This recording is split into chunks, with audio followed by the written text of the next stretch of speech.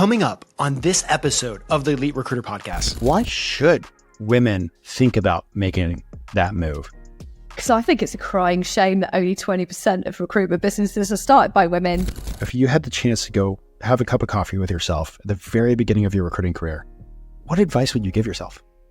Start a recruitment business earlier. Welcome to the Elite Recruiter Podcast with your host, Benjamin Mena, where we focus on what it takes to win in the recruiting game. We cover it all from sales, marketing, mindset, money, leadership, and placements. I'm excited about this episode of the Elite Recruiter Podcast. The reason is, when you look at the amount of recruiters out there, and it's about 50% men, about 50% women are sitting there in the recruiting desk, smiling, dialing, changing people's lives. But when you look at who owns recruiting companies, those numbers are not even anymore. It's 80% a male-dominated market when it comes to recruiting company leadership and ownership. Only 20% of the companies out there are founded by females. So I'm so excited to have my guest on here, Helen Plumridge, and we're going to talk about why. We're going to talk about why more women aren't starting their own recruiting companies. And we're not going to talk about why. We're going to talk about why this is such an amazing career and business that it can be done. So Helen, welcome to the podcast. Thanks for having me. Really excited to talk about this today. So real quick, we always start off with a deep dive, how you ended up in this wonderful world of recruiting. But before we do that, can you talk to us about your recruiting company and also your training company? Yeah, so I'm Helen Plumridge. My business is Hyper Consulting, and it's the home for female recruitment founders, so solopreneurs up to sub 5 teams, offering programs, support, tools, resources to help women be efficient, effective, and thrive in their business too. I'm also still very much in the game. So I'm a senior recruiter through and through. I still do quite a few headhunting assignments every year. So I'm still on the tools, which I think helps me drive the training part of the business effectively. Awesome. So I got so many questions for you. But before we do that, how did you end up in this wonderful world of recruiting? That age-old question. And it is an age-old answer, to be honest, Benjamin, because I did fall into recruitment. I'd actually just moved to the Southwest in the UK, or moved back, so I should say, after travelling and working in the Southeast.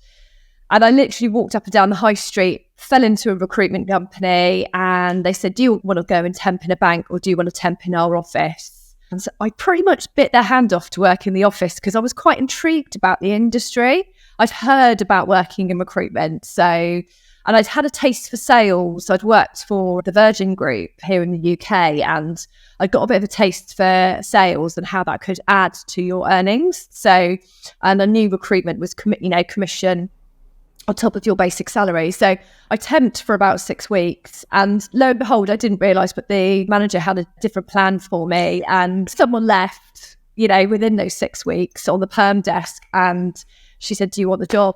And again, sort of bit a hand off for the position. And, I didn't know anything to start off with. I was recruiting anything from sort of legal secretaries to construction managers, marketing managers. So it was quite a variety of different positions, but I just absolutely loved it from the start. I loved the variety. I love the fact that you were learning on the job. And I started to do really, really well as well. I started to bill really well, which is obviously keeps you going. It was a lot of fun. And I didn't know I was going to make a career of it. But yeah, that was about 22 years ago. And when did you make the jump, and why did you make the jump into your own company? Good question. I think I knew from an early age that I wanted to do something big with my career. I just didn't know what it was. After I worked in that kind of what I call baptism of fire, my first job, because the boss was a nightmare. She was really old school and kept us there till late at night and things like that. I went to work for a independently owned recruitment company with 2 women that owned the business, and there it was quite entrepreneurial, and you could do lots of things with marketing, and you had a lot of freedom, and any decisions were just right there, So I think that just gave me that sort of taste for thinking maybe I could do this for myself. And there was another biller there that we were billing a lot of money, and I think we just thought, do you know what? Why don't we give this a try? So we did actually set up in 2008 for a couple of years, the good old 2008 crash. And we did struggle through. And to be honest, I wasn't in the right personal situation to do it then. So I went back into employed work for sort of 4 or 5 years. And then effectively, I kind of got a bit fed up of corporate recruitment, sort of KPIs and reporting for reporting's sake. And met my husband, had a baby. And during that time, it was my husband and my father-in-law who kind of encouraged me to take the leap, actually. They said, you're obviously really good at this. Why don't you do it for yourself? And my husband runs his own business. So yeah, I decided to start really small whilst the kids were young and decide where to go from there, really. Oh, that is awesome. So I love that they encouraged you to do that. And we're gonna talk about why women most of the time don't make the jump. It's a story that I've had that I've in these interviews. It's somebody else's encouragement. Well, sometimes guys are like, I have a dumb idea. I'm going to go start a recruiting company. But let's sit down. There's so many great female recruiters out there. Amazing. Some of the best, biggest billers I've met. Yeah. I sometimes think that women recruiters are better than men recruiters. But asking thing. But when it comes down to it, why do we see less female founders for recruiting companies? It is so interesting and frustrating in a way, but there are some key reasons. One is definitely a mindset and confidence thing, and it's that sort of fear of failure. I know people talk about imposter syndrome, but that's quite a big key thing for women to take the leap, and that's one big area, because mindset is everything, isn't it, in business. Another is, unfortunately, to say it in 2024, it is the lifestyle circumstances, and it is, women do have more of that key role. You've got this, ticking time clock that, you are perhaps going to have children at some point. So that can be quite a blocker to taking the leap. And even if, perhaps someone's a single parent, actually taking the risk is quite a big one. Given that situation, I think there would be more guys that would take the risk being a single parent than women, perhaps. And interlinked with that is the financial risk. Can I take the leap? I, perhaps don't have enough buffer to do it, and depends on sort of circumstances. But yeah, financial risk is a really big one, which again, you could argue guys kind of go through that as well. And then also another sort of key part of this is that kind of lack of support of going it alone. And I think women generally, and myself included, feel that you need support somewhere to do something like this. You need that kind of network around you, or you need support, or you need just kind of a sounding board to be able to do it. Those are the reasons, really. I want to talk about each of these and kind of just do a breakdown. So in mindset, jumping into your own business for anybody is a huge mindset. It's a huge jump. It's a huge scary thing, imposter syndrome. How can somebody listening to this podcast that's down the road, I want to make this jump. I want to create my own recruiting business and lead my own path. How do I start working on the mindset to help me prepare for that jump? Great question. The first step is believing that you could do it. And if you're already sitting in a recruitment office and you're billing well, perhaps you're working 3 or 4 days a week at home too, you're already pretty much doing this job. You're already a micro business within a business. You already run a business. There's not many businesses or industries where you're managing your time, you're managing clients, candidates, that type of thing. So I think it's just knowing that you're almost about 70% there, because you know the job, you've got clients and candidates, you've proven that you're a biller, etc. And then I think it's about then actually conceptualizing what it could look like, talking to, trusted loved ones around you, and actually mapping out what else it could look like and what your vision could be for your business. So I think it's kind of bringing it to life and actually, believing it first, then starting to conceptualize it, then starting to do a business plan, and then perhaps actually one step further to thinking, right, okay, I could actually do this. I could actually take the leap and set my own business up. Some of the things that I did, one of the key things was I actually did a bookkeeping course when I was on maternity leave. And that was one of the best things I could have done because I did some marketing for my husband's business. So those two things were actually, those are the couple of things that people struggle with in their own business. It's kind of, oh God, what can I do about accounting and bookkeeping? And also, what do I do when it comes to marketing? That's something I really struggle with. I hear this quite a lot. So I think if you can tackle that and be your own credit controller and confident in the finance side of the business, that can really help. I know we kind of been talking a little bit like confidence and, building out that plan, and that plan can help create that confidence. But, if you're looking at starting a company, like you're a great biller, you've done all this stuff, but almost everybody deals with the imposter syndrome if they're looking at jumping out on their own. How do you create that confidence that it's just like that gets rid of that imposter syndrome to go make the dive? It doesn't happen overnight. Definitely, you can't just, click your fingers. But there's so much help and support. And that's one of the reasons why I set my business up now, is to give women specifically support in their business. And also, for anyone who's wanting to start their own business. But, there's webinars, there's masterclasses, there's, you can listen to your wonderful podcast and get kind of advice from that. You can, read books, go on a mini business course. There's so many things you could do to kind of prepare. And I think whenever you're equipped with knowledge of how to start a business and you're speaking to peers, you're listening to things like this, you're getting advice from your industry or network, then all of a sudden that knowledge is power. And that can give you the confidence, but it's something you need to practice regularly. It's something you need to be doing day in, day out, week in, week out. You can't just go, oh, I listened to a podcast last month and I completely forgot what it was about. I find it now. I've just listened to Diary of a CEO by Stephen Bartlett, and there's just so many takeaways in that book, that you can apply to daily life, to your business. So I think it's getting into an entrepreneurial mindset. And kind of, you need to shift from this kind of, and you've mentioned it in your notes, from being that kind of recruiter mindset to business mindset. Yeah, I'm going to ask you about that in a little bit, because I got some big questions on that, because that's a huge thing that I see.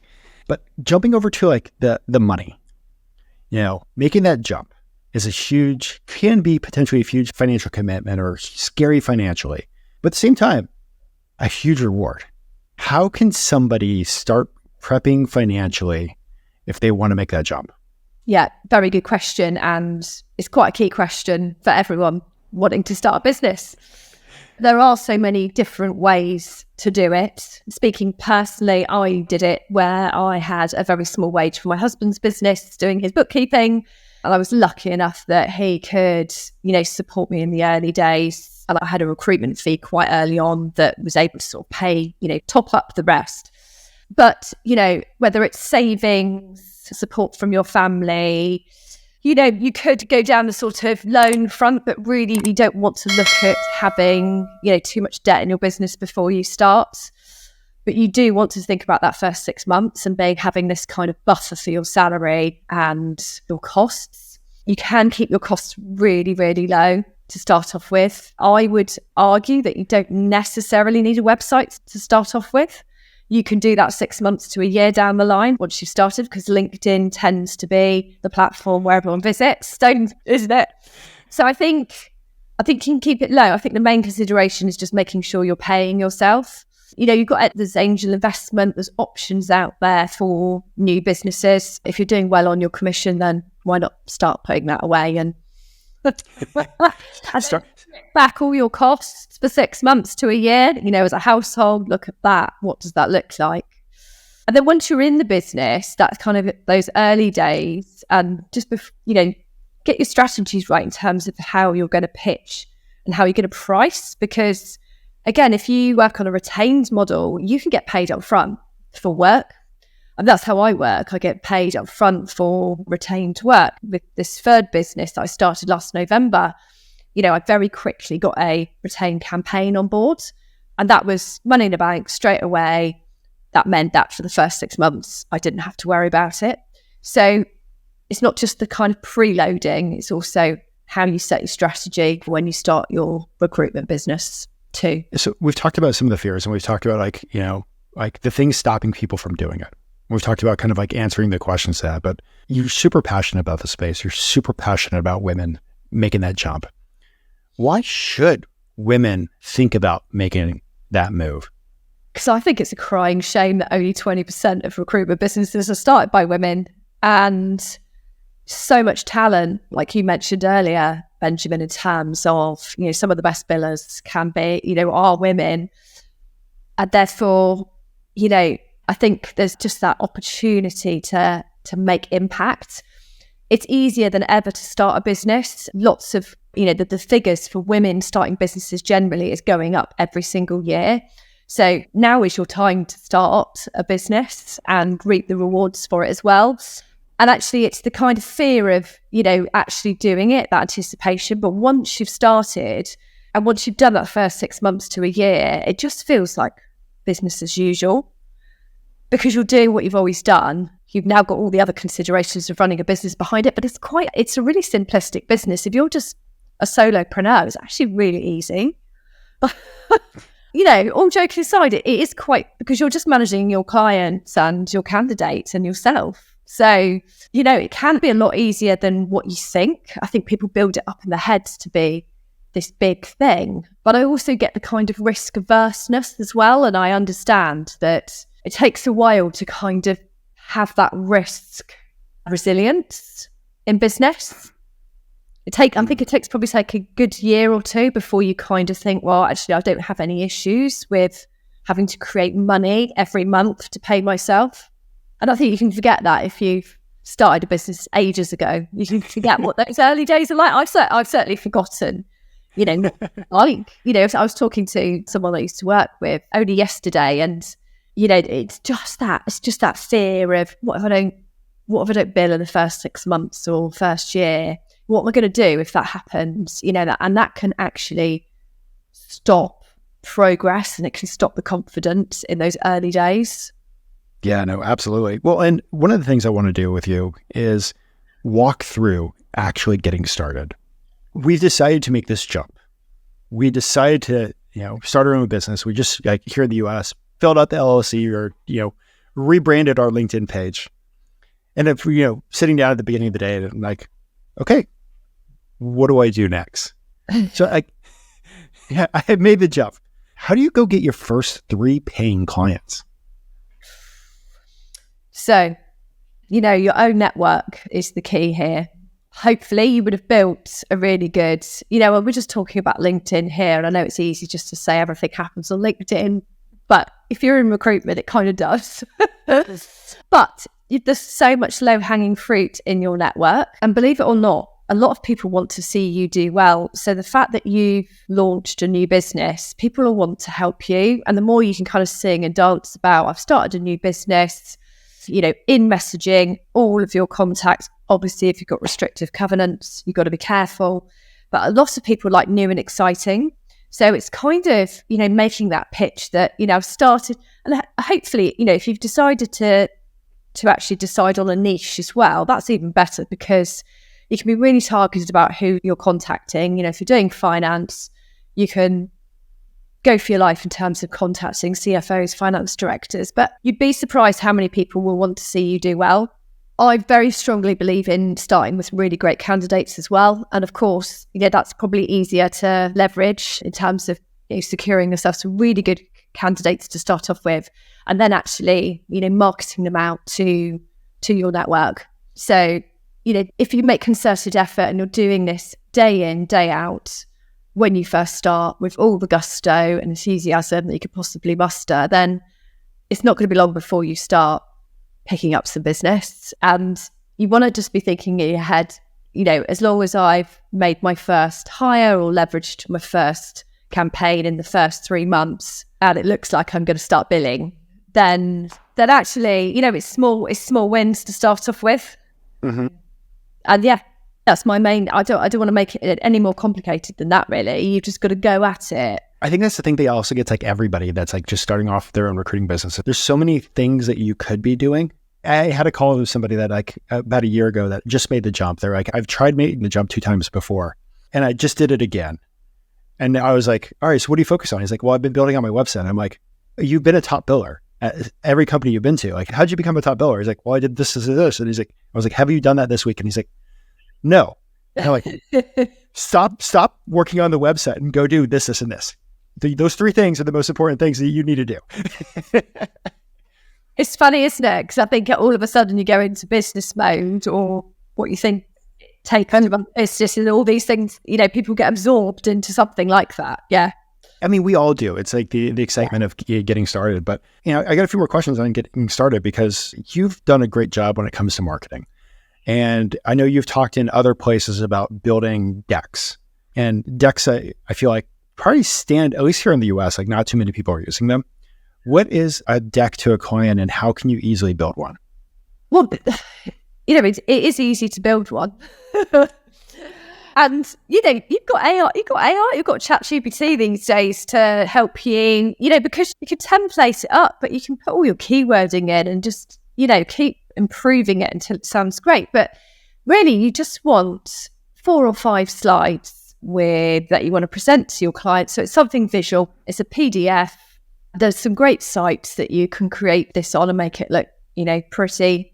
And really, it's introducing you. It focuses on them as a client, who they are, what they're about, what you're there to discuss, case studies, even if it's not case studies because you've just started, but it's case studies from your previous experience. I hired a CFO for a manufacturing business. This was the brief. This was this is what they needed. And this was the results of the hire, together with, added value, anything you can add in there where it's going to help the recruitment process, such as, video interviewing snippets or personality profiling, that type of thing. And then if you can get some testimonials from your previous clients, even just 2 or 3 nice words about yourself, together with some pricing, if you want to pitch some pricing at that stage, with a nice conclusion why you want to work with that company. So it's really just a kind of mini presentation. It talks a bit about you, but you want to be focusing on them and solving their issues effectively. Okay, you mentioned something that I absolutely love that I think a lot of people are afraid of when they're just starting their own business. They're afraid of talking about the success that they've had in the past. Is it okay to talk about the career success that you've had across recruiting? Of course it is. Yeah, 100%. It's your success, isn't it? It's your history. It's your background. This is why they're buying from you today. They're not buying from someone who's just started in recruitment just down the road who's got 6 months experience. They're buying from someone that's got 20 years experience, great credibility, a host of clients. That's who you're buying from. So you have to kind of take that company or the company piece away, where you've worked before. You don't have to mention them. You don't have to mention previous clients. It's something that I've seen so often that people are afraid to talk about something that they haven't had, they haven't had done that recently. So I'm like, look at the value that you've created as a recruiter. Yeah. Look at your worth as a recruiter and what you've done for companies. Include that in your story. Definitely. And you can include numbers here. I've hired 500 people for manufacturing businesses across Arizona. Look at the sky. Yeah, I mean, that in itself sounds impressive, doesn't it? That's going to make people want to buy from you. And some little facts and figures like that actually do wonders in a client pitch. I mean, I would buy from someone that had done that. Smart. And the one thing I wanted to talk about is because many of us recruiters, we have this recruiter mindset. Like, we know how to recruit so well. We know how to do these things. And in your first few 6 months, you can't get lost in all the other 1,000 things you could do as a business owner. But how do you shift your mindset from the recruiter hat to I'm actually now a recruiting owner hat? I think definitely everything I'd said before about, learning and skilling yourself up and, that kind of, it's very important to work just as hard on yourself as you do in your business. That's a quote from Jim Rohn, actually, who was Tony Robbins' guru for quite a while, but it really resonates that it's important to carry on working on yourself. But I think the things that people, I guess, need to get their head around are, things like accounting, systems, processes are actually all really important things. And I still see that kind of recruiter mindset where they think, compliance. That's something that's a bit of a pain, and also having really good sort of systems, planning, accounting, scheduling, making sure you're doing things at the same time each week, month. I think the business mindset is much more of a sort of rigorous, organised, planned kind of approach. And I'm not saying recruiters don't have that, but I think you've got to be more systematic in what you're doing and where you're spending your time as well. I guess you've got less time to do business development because you have to do some of those other things. So it's kind of prioritising that's still really, really your most important thing to do.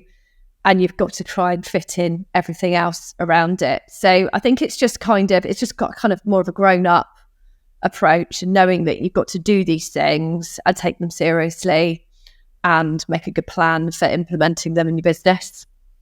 Awesome. Before we jump over to the quickfire questions, we've talked about the things that have stopped women from starting their own company. We've talked through kind of like running through those challenges and breaking through and getting yourself set up for success. We talked about kind of like the first few steps of what you need to do starting your business. Is there anything else that you want to cover when it comes to women getting started? Good question. Yeah, I think it's, I'd go back to that kind of support side of things. There is a lot of support out there.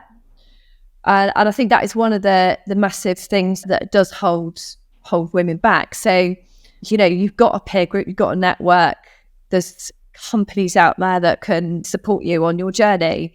Why not reach out today because you're thinking about it and start that conversation? That's what I would say. What's kind of funny is a lot of the women that we've had on this podcast that have started their own recruiting companies probably share more than the guys do. Yeah. And they're even way more encouraging than many of the guys that have been on. So it's been awesome to see. Well, jumping over to the quickfire questions. What advice would you give to somebody that's just getting started in our wonderful world of recruiting this year, that's never been in the business before, but are looking to be successful? Wowzers. I would say that this is a really great, rewarding career. And that if you want a really great, rewarding career, you've got to put the time in and you've got to give it a really good shot. And you need to give it 6 months to a year before you can kind of decide whether it's right for you. So don't go into it sort of half-heartedly. It's a full-on, adrenaline industry that is so much fun. You have to put the work in to start off with. You might have some luck straight away, but actually that's probably just beginner's luck. So you need to do the legwork, and that will pay off after, a year, 2 years, and for the rest of your life. So, get your head down, do what your manager's telling you, and, kind of get on some really good business development and be consistent in what you're doing, and the rewards will be there. The same question, but for somebody that's been around the block, 5, 10, 20 years, 25 years, but, they've gone through some ups and downs. Recruiting is a challenging career. The world has changed. What advice would you give to them to keep on seeing success? I think it's never too late in recruitment to have a really good reflect on what you're doing and how you're doing it. And I think you can always learn something new, or perhaps relearn something that you'd forgotten. So I think if you're in a bit of a rut, or you're finding it frustrating, or you kind of want a change, whatever that might look like, maybe it's just you need some additional new skills or a new focus in what you're doing, and to remind yourself of, what's been before and how you can kind of keep on, I guess, accelerating in this industry. Awesome. Do you have a favorite tech tool that you absolutely love? God. I do love tech. Yeah, I've got to say, I do really like CHGPT at the moment because it's, my business, there's a lot of content in my business and it's a fantastic tool. And recruitment is much more marketing content-led than it's ever been. So if you're not using ChatGPT to help you on that journey and create things like multiple blogs, albeit that you're going to put some effort into it as well, and you're going to tweak it and all those, I'm not just saying just print it off straight from ChatGPT, but you can create 20 blogs rather than one in a shorter amount of time. And I think that's fantastic. Like, why wouldn't you use that? I keep on forgetting that. I need to shove my blogs that I've written in there and chop it up. Great idea. Has there been a book that's had a huge impact on your personal success? TOS of Titans by Tim Ferriss. Obviously a big podcaster himself and author of 4-Hour Working Week, which is also a really good read, by the way. What I love about the application to recruitment is in the book, it's all about top performers and what they do daily, weekly, monthly to help them perform at the best. So that's why they're so successful. And actually, when you meet CEOs, when you meet sort of business owners and people that are doing really well in their career, you see the similarities. So you see someone that's high performing in exercise, for example, or you see someone that gets up and meditates every morning. You find someone that's an avid reader. And I find a lot of successful people are avid readers. So yeah, it's a great book to have on your coffee table and just dip into it. It's phenomenal for understanding people. TOS of Titan is a great book. Like, he does such a good job pulling together what makes like all these people successful. Kind of like on the thread of that book, what have you seen that's been a key similarity to successful recruiters? I think, again, it's discipline, really. It's discipline. If I was going to sum it up, it's the day in, day out practices of, yes, I'm going to get up, I'm going to do my exercise, but it's the same in recruitment. I'm going to get up, I'm going to do my BD, I'm going to do this. Those are the most successful recruiters, are the disciplined ones that are consistent. Awesome. Yeah. So you've been a top biller. You've started your own company. You now have multiple companies. You have your own recruiting agency. You're, influencing women and helping them do some of the things that you've done. Looking at kind of like the core of yourself and like the ups and downs that you've had, what's been a key driving factor into your personal success? I think it's simply that I've just always been really determined. I was talking about this with my husband this morning, actually. I've just always been very determined, but I'm also really independent, a decisive person.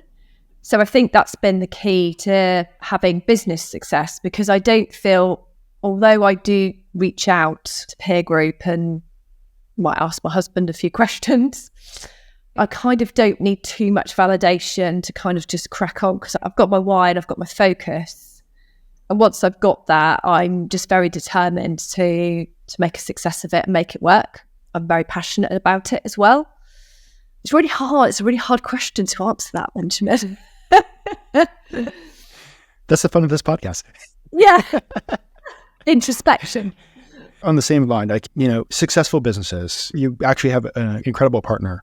But like, being any business owner, being any recruiter, there are hard weeks, there are hard months. Like, there are times you get in a funk. How do you pull yourself out of that funk and out of those hard weeks? I think it's obviously your strength of character, yourself, and how you find ways of getting out of it, whether it's, you need a break or you need to do exercise, whatever that is. But I do think it's sort of an accountability thing, and it's having someone there. I'm going to go back to this sort of theme of support. I think it's having someone that you can go to. I've actually got another female business owner that she does something completely different to me, but we have a couple of accountability sessions a week. And actually, during the winter, we both found it quite hard. We felt quite isolated in our businesses because you don't see so many people, or all those types of things. So it's a lot harder to motivate yourself and get up every morning and go, oh, God, it's a bit of a slog, etc. So I think having someone, both personally and professionally, that you can lean on at any time and pick the phone up and literally just either have a rant or use as a sounding board, sit down for an hour, have a cup of coffee with. I think those are the types of things, instead of sticking your head in the sand and I guess not being self-aware enough to know that there's an issue, that you've got to have some things that you do in that situation to pull you out of it. And it's okay. It's also okay to feel like that. It's okay to have a bad week and feel a bit rubbish. Awesome.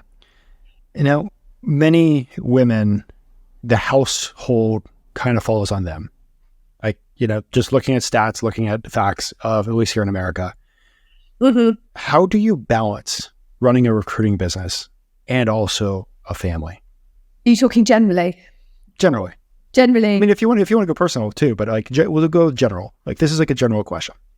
Certainly if you're a solopreneur or you've got a small team, which is what, my business is focused on, I think you can you can manage it well with, a household and children. I think it is about being as sort of as efficient as you can and using your time as effectively as you can in the time that you've got. So if you've just got to work around school hours, for example, then, you just make sure that time is valuably spent. I mean, I know some recruiters that don't, and I wouldn't necessarily do this myself, but they don't, go out and meet their clients, for example. They might just meet them on Teams and things like that. So there are things that I think now post-COVID, there is that opportunity to kind of be quite efficient in the time that you've got. So again, if you're thinking of starting or you're already doing it but finding it challenging, I think it's just kind of making the most out of those hours and think, and actually, do you have to work 40 hours a week to make this successful? You probably don't. You could actually do it in less hours, but do it in a more efficient way. If you want to work, if you've got the ability to work in the evening as well, then you've got the evening. And I mean, I wouldn't advise weekends, but yeah, I think it's knowing that you can do it in a shorter amount of time efficiently. And maybe it's a case of, maybe I won't hire people. Maybe I'll just be a solopreneur, and then I don't have to worry about, paying salaries, motivating people every day and that type of thing. Awesome. And this is actually one of my favorite questions. And we're going to ask this two different ways. The first way is going to be the very, very start of your recruiting career. The second is going to be the start of your recruiting business. You've had tons of lessons learned. You've placed so many people, changed their lives. You've had hard weeks. You've had hard managers. You've had success. You've had failure. Looking back, if you had the chance to go have a cup of coffee with yourself at the very beginning of your recruiting career, what advice would you give yourself? Start a recruitment business earlier. That's what I would have done. Why? Because I think if I'd done it in my, late 20s, early 30s, I just would have had, you do have more energy, more time, less responsibility. Not saying I don't have all the energy and all the time now. I mean, I'm doing a half Ironman in a few weeks, but, yeah, I just wish I'd done it earlier and kind of maybe made some of the more mistakes earlier. The same question, Bill. Let's fast forward. You've started your recruiting business. You made the jump. You launched yourself. You're a month or two in. With everything that you know, based on your experience, if you can go back in time and just have a cup of coffee with yourself 2 months in, what would you be telling yourself to do? I think I would have said, have more confidence in myself to go for bigger positions. I didn't start off doing retained and executive recruitment. I grew into that. But I think what was holding me back was fear. And actually, it's just such a great space to be in, the exec search market, and it's lucrative, etc. So I think it would be great to kind of not go for so many low-hanging fruit in the early days and actually got my pitch better. So I was going after, I guess, the more senior, more rewarding end of the market. Awesome. I think that's a great advice for everybody right there. And so easy to say. Yeah, exactly. Well, and okay, so you had your company, you founded your company, you've been running with your company, you've started working with other women to help lead them into starting their own company. So you probably get a ton of questions, I guess, right? Yes. Is there a question that you wish they would actually ask you, but they never really do? And what would that answer be? I wish it would be more around how can I be less operational in my business? How can I be more strategic and, be more efficient so I can have more time to either spend it, in my personal life or grow my business? Because I think, a lot of people kind of get caught up in the day-to-day, and that is important in the early days of your business. But actually, in terms of actually growing, profitability, efficiency, and having more freedom, actually stepping away from some of those. This is based on the fact that having more people in your business, really. And I guess my answer would be that it's a decision that it's a decision. It's like anything else in your business, right? You look at it, you go, right, okay, is there a business case for this?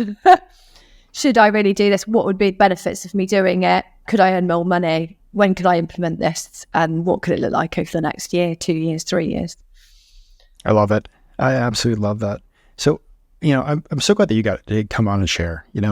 I did not know, I probably should have known, the numbers when it comes to recruiting founders out there. I did not realize it was like the 80-20 rule when it comes down to it. But I know so many amazing recruiters that are way better than me. So I'm really glad that you're like, encouraging people to make that jump, encouraging women to make that jump, make that leap, to go set themselves up and start charting their own path. But for the listeners out there, if they want to follow you, how do they go about doing that? Thanks very much for that, Benjamin. I'm delighted to have been on the show as well. I've really enjoyed it. I love your passion and enthusiasm too. Yeah, just on LinkedIn, Helen Plumridge. You can download my 18 revenue enhancing hacks to simplify your business and give yourself more free time. Send me a message, DM me. Happy to help, happy to jump on a call. And hope to hear from you soon. Awesome. And before I let you go, is there anything else you want to share with the listeners? Just go for it. Just go for it. Life's too short. So if you're thinking about it, don't hesitate. Take some action. Take some action today. And go look at setting up your own business. It's a great and rewarding career. Helen, thank you so much for coming on. For the listeners, exactly what she said. Take action. We're coming into the close of 2024. Try to make 2024 your best year yet. But here's the thing. Whatever you are doing right now, between now and the end of the year, is going to set up the foundation for success for 2025. I want you to win in 2025. I want you to crush it. So let's make it happen. Helen said, take some action, and let's go, guys.